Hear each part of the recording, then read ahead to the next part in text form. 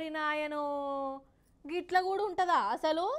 ప్రధానే పారిపోవుడేందో, ఆ ప్రధాని ఇంట్లకు జనాలు పోయి చికెన్లు మటన్లు తిని మురిసి ముప్పందం అవుడేందో, కుర్చీలు బల్లలు ఎత్తుకపోవుడేందో, అసలు చిన్నగా సాలైన లొల్లితోని దేశమే ఆగమాగమవుడేందో, దేశమే మింట్రోళ్ళ చేతికి పోవుడేందో, ఏందో ఏమో పటు.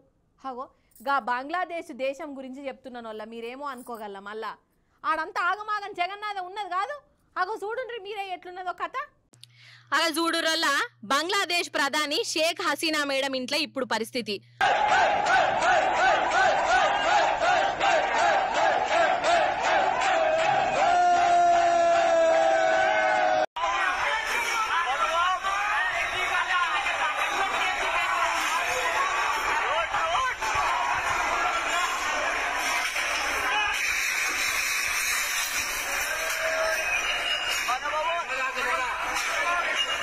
అగో జనాలు ఆమె ఇంట్లోకి పోయిర్రు, మంచిగా చికెన్లు మటన్లు తింటున్నారు. ఇగో ఇటు చూడుండ్రి ఆమె ఇంటిని ఎంత లూటి చేసి పడేస్తున్నారు కదా, కుర్చీలు బల్లలు బాసన్లు బగోనలు, ఇగో ఏది ఇడిచిపెట్టలే. ఆమె ఇంట్లో పరిస్థితి ఇట్లున్నదా? మరి ఆమె లేదా ఏంది అని అనుకుంటున్నారా? ఇంకెక్కడి షేక్ హసీనా దేశం ఇడిచి పారిపోయింది. అగగగగగ ఇడ చూడుండ్రి ఈ విమానంలా షెల్లను పట్టుకొని దేశం ఇడిచిపెట్టింది, ఎవ్వరు కంటపడకుండా మన దేశానికి వచ్చి జాక్కున్నదని అంటాండ్రు. మరి అసలు ఈ లొల్లేంది, కథ ఏంది, కార్ఖానేంది, ప్రధాని పారిపోవుడేంది, లూటీలు జరుగుడేంది, అసలు ఏడశాలైంది ఇవన్నీ షార్ట్ కట్లో చెప్తా మీకు. అయితే ముచ్చట ఏంటిదంటే రిజర్వేషన్ల మీద షురు అయిందోల్లా. అయితే బంగ్లాదేశ్ కు 1971లో స్వాతంత్రం వచ్చింది కదా. అప్పుడు స్వాతంత్రం కోసం కొట్లాడిన వాళ్ళ కుటుంబ సభ్యులకు సర్కార్ నౌకర్లలో 30% రిజర్వేషన్ ఇయ్యాలని ఈ హసీనవ్వ ప్రభుత్వం నిర్ణయం తీసుకున్నది. ఇగో ఇదే పెద్దలోళ్ళయింది. రిజర్వేషన్లు అద్దే అద్దు, మేము లాస్ అవుతున్నాం అని నౌకర్ల కోసం చూసే పోరలు రోడ్ల మీదకి వచ్చిర్రు. ఫస్ట్ శాంతియుతంగానే వేసిర్రట. ఇక మెల్లగా పెద్దగా అయింది. పానాలు కూడా పోయినాయి. నిన్న ఆదివారం ఒక్కనాడే 70 మంది చచ్చిపోయిరట.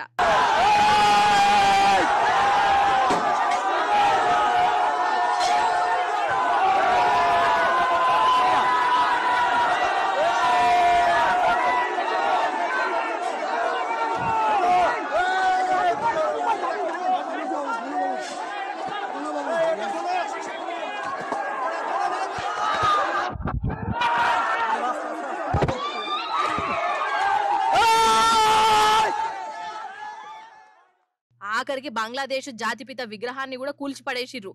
ఇట్లా చేయొచ్చునా? ఇక గిదేం తరిక? ఆ విగ్రహము ఏం చేసింది? ఇక ఎప్పురి కథ ఎట్లున్నదో. ఇక ఇంకో దిక్కేమో హసీనా మేడం ఉండే కాడ ఉండక వాళ్ళు ఉగ్రవాదులు తీవ్రవాదులు అని అనబట్టిందట. కథమిగా దేశమంతా ఇగో ఇట్ల లొల్లి నడిచింది. మింట్రోళ్ళు కూడా రంగంలోకి దిగిర్రు.